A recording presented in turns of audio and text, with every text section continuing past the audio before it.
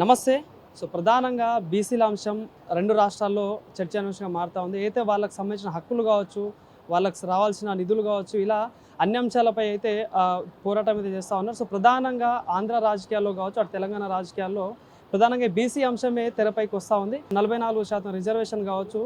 ఈ రిజర్వేషన్ పైనే ఇక్కడ ఏపీ రాజకీయాల్లో బీసీవై పార్టీ ప్రధాన అంశం తీసుకొని అయితే పోరాటం చేస్తూ ఉంది. మరి దీనికి సంబంధించి నిన్నటి నుండి బీసీవై పార్టీ అధ్యక్షుడు బొడే రామచంద్ర యాదవ్ గారు అయితే అమరణ నిరాహార దీక్ష అయితే కూర్చోవడం జరిగింది. దీనికి సంబంధించి ఈరోజు రెండో రోజు కొనసాగుతూ ఉంది. దీనికి సంబంధించి పూర్తి వివరాలు తెలుసుకునే ప్రయత్నం చేయాలి. ఎందుకంటే ప్రధాన డిమాండ్స్ ఏంటి, ఏదైతే టీడీపీ ప్రభుత్వం అధికారంలోకి వచ్చిన తర్వాత అయితే ఎలక్షన్లు అంటే అధికారంలోకి రావడం కోసం ఇచ్చిన హామీలు కావచ్చు, అది ఎంతవరకు నెరవేరుస్తూ ఉంది, ప్రజలకు ఎలాంటి హామీ ఇస్తూ ఉంది, ఎలాంటి అమలు చేస్తూ ఉంది అంటే వీటన్నిటి గురించి మాట్లాడదాం. మనతో పాటు మాట్లాడడానికైతే బీసీవై పార్టీ అధ్యక్షులు రామచంద్ర యాదవ్ గారు అయితే మనతో పాటు ఉన్నారు. నమస్తే అన్న. ప్రధానంగా బీసీల కోసం అయితే అటు తెలంగాణలో కావచ్చు, ఇక్కడ కావచ్చు పోరాటం చేస్తూ ఉన్నారు. ఏంటంటే అధికారంలోకి రావడం కోసం బీసీలను కేవలం ఓట్ల కోసమే వాడుకుంటా ఉన్నారా? ఏం చెప్తారు దీనికి సంబంధించి, దీక్ష సంబంధించి?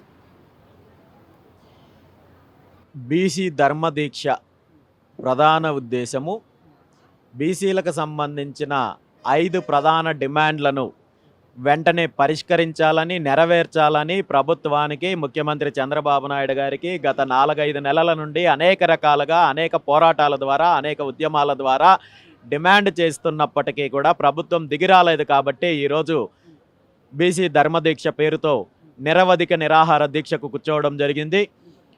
ముఖ్యమంత్రి చంద్రబాబు నాయుడు గారు ప్రతిపక్షంలో ఉన్నప్పుడు బీసీలకు ఇచ్చిన హామీలను 100 రోజుల్లో పరిష్కారం చేస్తాను, నెరవేరుస్తానని చెప్పి తీరా అధికారంలోకి వచ్చిన 2 సంవత్సరాల తర్వాత కూడా బీసీలను వంచి మోసం చేసే ప్రయత్నం చేస్తున్నారు. కాబట్టి ఈరోజు ఈ దీక్షకు కూర్చున్నాము.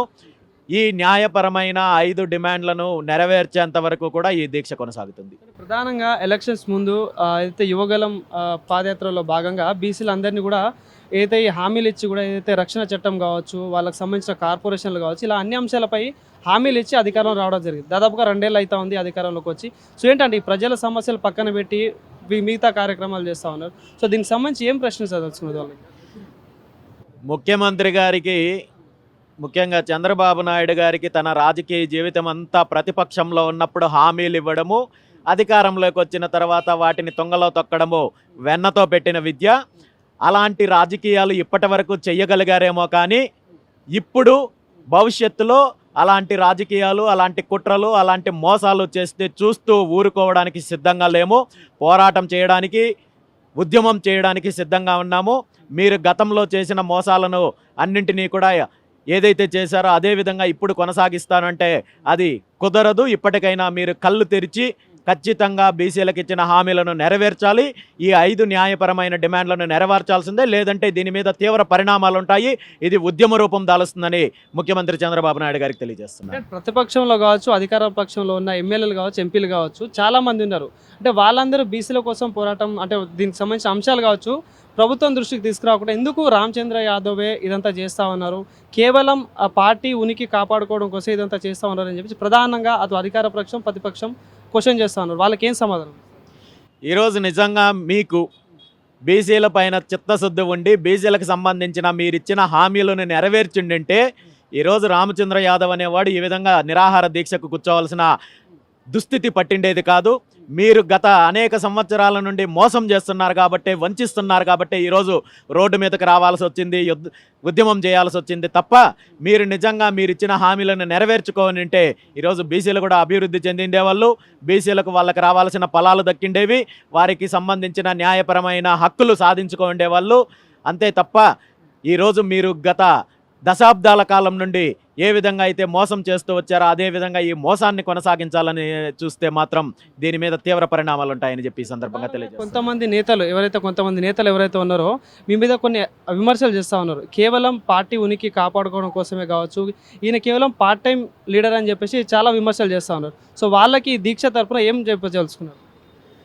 నిజంగా పార్టీ ఉనికి కోసమే అయితే నేను రాజకీయాలు చేయాలనుకుంటే ఈ రాష్ట్రంలో అనేక అంశాలు ఉన్నాయి, రాజకీయాలు చేయాల్సిన అంశాలు. ఈ రాష్ట్రంలో ఇది బీసీ ధర్మదీక్ష అనేది నా వ్యక్తిగతమైన అంశమో లేదంటే పార్టీకి సంబంధించిన అంశమో లేదా రాజకీయానికి సంబంధించిన అంశమో కాదు. ఈ రాష్ట్రంలో 50% పైగా ఉన్న బీసీ జనాభా, 3 కోట్ల మందికి పైగా ఉన్న బీసీ జనాభాకు సంబంధించిన హక్కు, న్యాయపరమైన డిమాండ్లు ఖచ్చితంగా నెరవేర్చాల్సిన బాధ్యత ప్రభుత్వానికి ఉందనేది గుర్తు చేయడం కోసమే ఈ దీక్ష తప్ప నేను రాజకీయాలు చేయాలనుకుంటే అనేక వేరే అంశాలు ఉన్నాయి, దాని మీద చేస్తాను. అదేవిధంగా గత 2.5 సంవత్సరం నుండి భారత చైతన్య యువజన పార్టీ ఆవిర్భావం నుండి ఈ రాష్ట్రంలో కావచ్చు, తెలంగాణలో కావచ్చు, పూర్తి స్థాయిలో ప్రత్యామ్నాయ రాజకీయ పార్టీగా అన్ని వర్గాలను ఏకం చేసి దోపిడీ వర్గాల నుండి 2 తెలుగు రాష్ట్రాలకు విముక్తి కలిగించడం కోసం భారత చైతన్య యువజన పార్టీ ముందుకెళ్తోంది, ప్రజల్లోకి వెళ్తోంది, అన్ని వర్గాలను ఏకం చేసే ప్రయత్నం చేస్తోంది తప్ప ఇదేదో టైంపాస్ రాజకీయాల్లో లేదంటే ఒక పదవి కోసం చేసే రాజకీయాల్లో, ఒక ఎన్నికల కోసం మాత్రమే కాదు.